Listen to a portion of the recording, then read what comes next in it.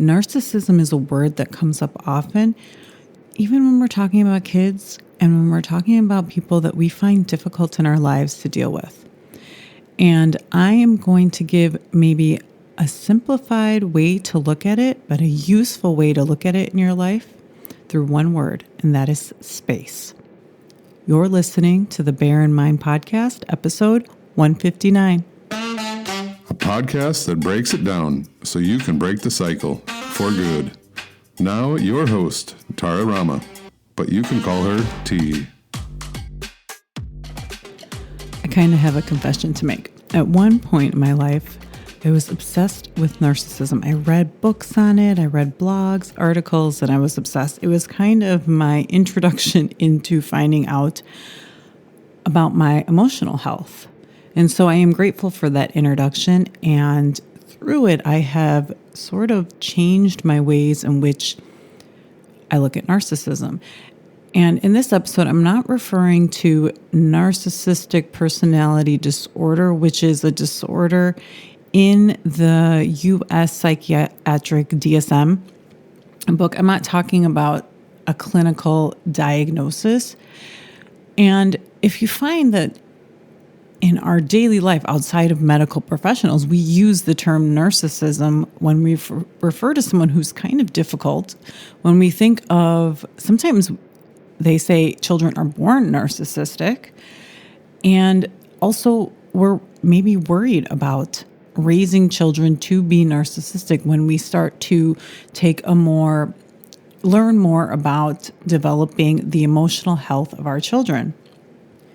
And so today I'm going to put together 3 things that I've learned through this time in my life where I was focused in it, and then how I now look at it continuously working on my emotional health. So I'm going to try to fit that into 10 minutes. And the first up is the definition, because that is really important. And I'm going to refer to it for this episode. I also look at this in my life. And I rarely actually use the word narcissistic person to describe people anymore, because it gets kind of tricky there. And I do think it's a form of name calling, and you're still holding on to some anger when we do that. However, it's important maybe to even look at it when you're establishing boundaries. So I am going to define it here. And my definition probably doesn't match a lot of other definitions, but I'm going to use the word space. And in particular, I'm going to use the word emotional space, meaning someone's emotional, what they're experiencing right now, their emotions right now take up space. It takes up either maybe the whole space in your relationship, the majority of it, whatever that is for you, whatever percentage that is. Their emotions take up, if you think about a room, it takes up the whole room. It is about their emotional experience. But that is not also something that defines narcissism, because you can say that also if you look at children, their emotional experience when they're experiencing tantrums looks like it's taking up the whole room. And in some cases, the whole grocery store. So the other element of that is self-awareness. Lacking self-awareness. Now, this is true in children. They do not have the ability to be self-aware. Their brain is still developing, so they do not have this ability to self-aware. So that is why some of the things, their emotional space looks bigger compared to your emotional space in that relationship, in a parent-child relationship. In adult-adult relationship, somebody can take up space and then also lack self-awareness.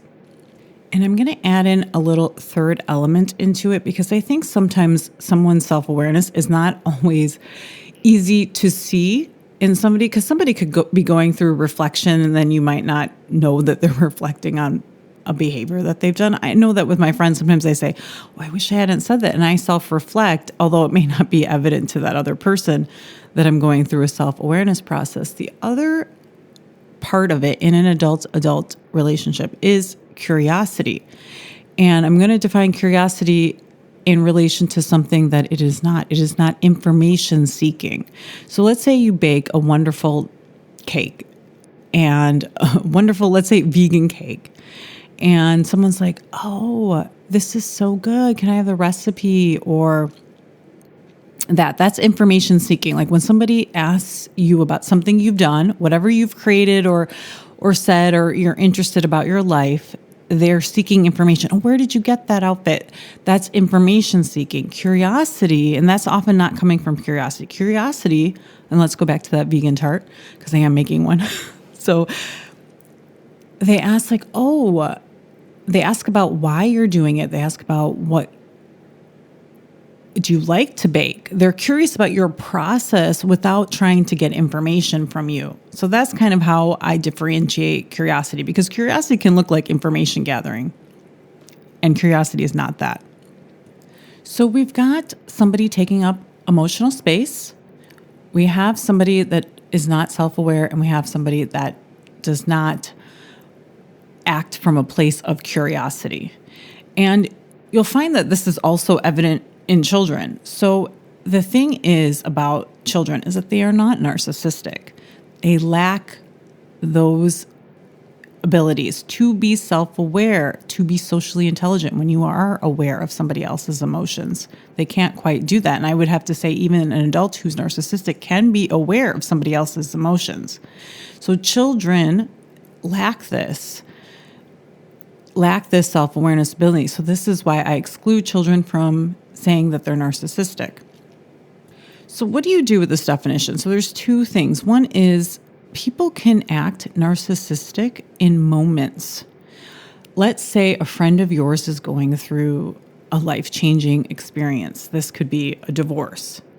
Their emotional space, maybe in your interactions over the course of a few months, maybe even a year, it could be that her emotional space is taken up in your conversations where it's all about her anger with her ex-partner or sadness over the loss in the form of the relationship. And there are times that we need to be, our emotional maybe space is going to be bigger in some of our relationships. And this is kind of where I look at it is a little bit over time, as you're developing a more intimate relationship, is somebody's emotional space always being the forefront in that relationship? And it gets tricky because a lot of us would like to know, is somebody kind of like this in the beginning? And the way that I see this is when you are new in relationships, someone doesn't usually lay on a lot of their stuff. And it's okay if you do. But I also look at it is when you're meeting someone, you're a little more reserved usually. You need to develop some sort of trust with that person. And so there is a little bit more give and take a little bit in that. And there's room for your emotional space, for your own emotional experience. And I often then look at how do they react if I do take up emotional space. So that is something that can kind of is a little bit of a guidance. But when you are in those intimate relationships, you can see how much of that emotional space is being taken up. If you're in even a relationship with a colleague over time, you can see if their emotional space is taken up.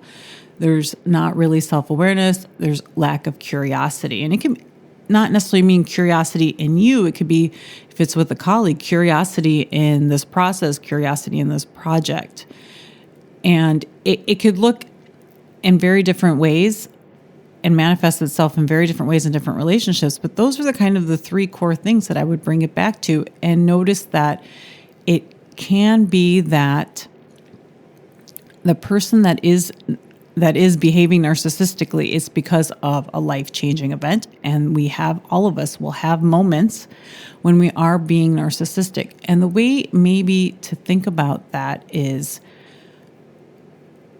somebody narcissistic experience based on their behaviors, based on a life-changing event, something that's happening to them where their emotions are elevated, a lot of high stress emotions are elevated, or is it their standpoint that their emotions always take precedence?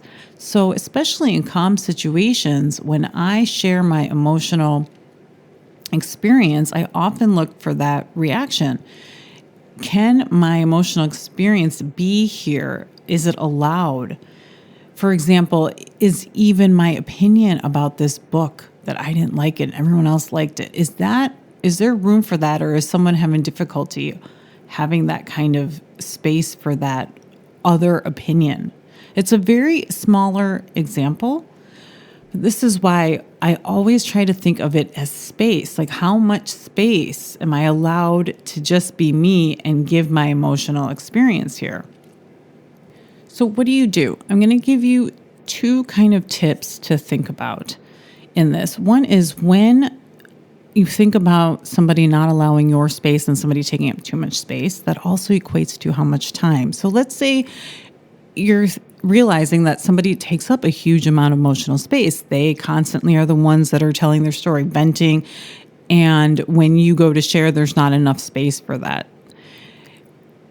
What I do is, it's not to say that I can't be around this person, because I can definitely be around this person and manage my mind, but that is not where I want to spend my time. I don't want to constantly be around people where I'm constantly managing the thoughts that are running in it so I can show up as myself and not be kind of irritated and frustrated with people.